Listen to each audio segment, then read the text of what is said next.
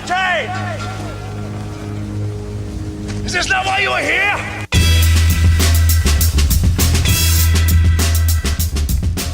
Joe Alsabrook here, Mindset Over Everything. This is something that I'm going through right now. And I think it's very important that I approach this topic right now while it's fresh, while it's still being kind of fought through with me, because I know for a fact a lot of people are out there dealing with the same thing. Are you addicted to validation of others? I know I am. I find myself sharing my victories, sharing my little battles I win with a lot of people around me, right? And by the same token, sometimes I dump my negative energy, my misses, my losses, those battles there. Sometimes I dump those on those people around me as well. And I think that's to the detriment, really, of not only me, myself, but the others. And that shit's got to stop, right? The only place you should look for validation is yourself. At the end of the day, does it really matter if someone else thinks that you won that battle or you did that thing? Or is it more important that you know and believe and have the right definition on that win, that victory, and what it means to you? You see, you know who you really are. You know the trials and tribulations that you face. So even when you share that victory with someone else, they don't truly get it. Now, that doesn't mean, celebrate and high five and do those things, right? But I've said this before, and I know it was misunderstood by a lot of people when I said it. So I'm going to continue to say it throughout the year because it's going to start to sink in as I give it definitions and applications. In 2019, it's time to get selfish. It's time to become self-reliable. Resiliency doesn't come from what others think about you. Resiliency comes from what you believe about yourself. So instead of calling up that friend or telling that person or whatever that victory, have that conversation with yourself. Instead of reaching out to someone else and dumping off that negative energy, just let it go. Just let it go. Concentrate on the win. Concentrate on those victories. You're going to increase your confidence when you start going over the inventory of successes that you've had in your life. Start recent and work out. But Joe, I haven't had any successes. Bullshit. I'll say it again. Bullshit. Sure you have. But the thing is, you're giving energy to the other things that don't matter. Seeking the validation of others is an instant gratification. It might feel good now to have them go, wow, that's awesome. But that's not going to last. And again, they don't really get it. Even though they might placate you and say, wow, that really is awesome, man. Good job, man. You're the man. Did all that stuff. What is that doing for you? Because they don't really get it. Or even worse, what happens when they go, okay, cool, man. There's nothing worse than that, right? You need to learn to take those victories, those successes, and give those definitions in your heart, in yourself, and in your mind. You need to get selfish in 2019, and this is what I mean by that. Getting selfish in 2019 means making sure that you're taking care of the things that make you a better, bigger, stronger, more valuable resource to those around you. I've used this before, and I'm going to use it again. This might be something that I always use and bring up, so get ready. You're going to hear it often. Why do you think in an airplane they tell you to put your oxygen mask on first, right? They tell you to secure that oxygen mask first before you start helping other people. Because you're no good to anyone else dead. And if you don't start taking care of the things in your life and around your life first, setting that foundation first, you're going to spread yourself so thin trying to help all these other people. And in reality, you're not much of a resource to them. And so when they go to lean on you, put it this way. I love analogies and metaphors. Have you ever gone to the beach and you put that chair in the beach, right? And you go to lean on that arm of that chair and it sinks in and you kind of give it one of those because it's on sand. Well, you ever gone to a ball game, a soccer game? Something with more firm ground, you put that chair in, you go to lean on it to get up, it stays put. Build a solid foundation. So when you lean on something, on that foundation, you can propel yourself forward. But not only that, when others around you need that support and they go to lean on you, you're not going to both sink there in the sand. Folks, it's time to get selfish in 2019. Before you go out and try to save the world, you better put that cape on and save yourself first. Because what's going to happen is you're not going to be any good to anybody. Your career will be dead. And then what? Then you're going to be kicking back telling the stories about how you coulda, woulda, shoulda, if only, this, that, and the other.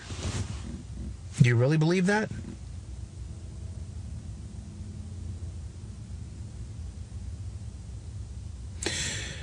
These are things that I'm going through now, and the reason I'm going through them, it's a new year, man. It's new goals. You know, if you're in sales, a sales plan gets erased and omitted, and you got to kind of rebuild those partnerships, and the ones that kind of faded away, and the ones that hit on all cylinders, right? They gave you everything, right? And you gave them everything, and then now you're both kind of like, oh, we got to build.